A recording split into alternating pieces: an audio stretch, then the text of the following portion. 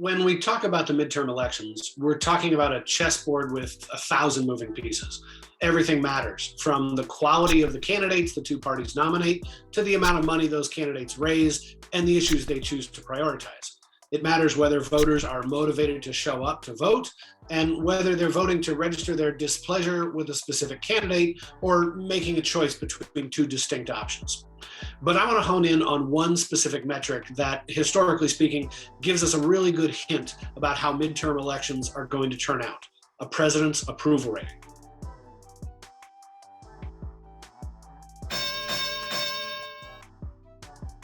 In modern history, just about every midterm election is difficult for the president's party.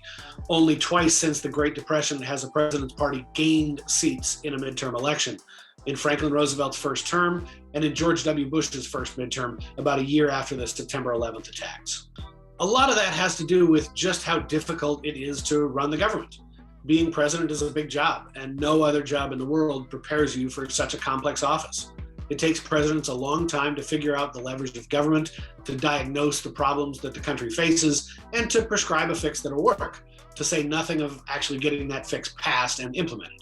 And even when voters like what a president has done in his first few years in office, they tend to favor the party out of power, whether to balance power between the two sides or because opposition voters are more likely to be motivated to show up to vote for their side.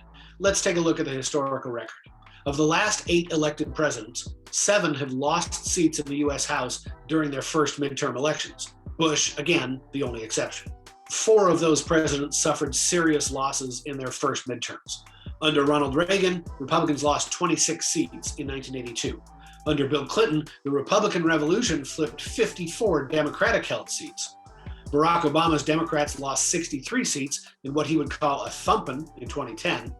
And under Donald Trump, Republicans lost 41 seats. In the last poll before Election Day, all 4 of those presidents had approval ratings under 50%. So when more than half the country disapproves of the president, his party is headed for a bad midterm. But even when things are going well for a president, his party can still suffer. Richard Nixon's approval rating was at 57% in 1970, and Republicans still lost a dozen seats. George H.W. Bush was riding high at 58% in 1990, but his party lost 7 seats. Our lone exception to the rule, George W. Bush, had an approval rating of 63% in 2002, when Republicans actually picked up 8 seats. What's that say about where Democrats are headed this year? Well, President Biden's approval ratings have taken a serious turn south.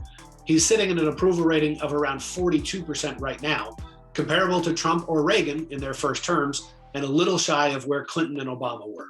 There's an obvious caveat here. The midterm elections won't happen until November, and so much can change in that time. Maybe COVID goes away, maybe inflation comes under control, maybe Democrats start to get credit for the agenda that they've been able to pass, and maybe Biden's approval rating will start to rebound.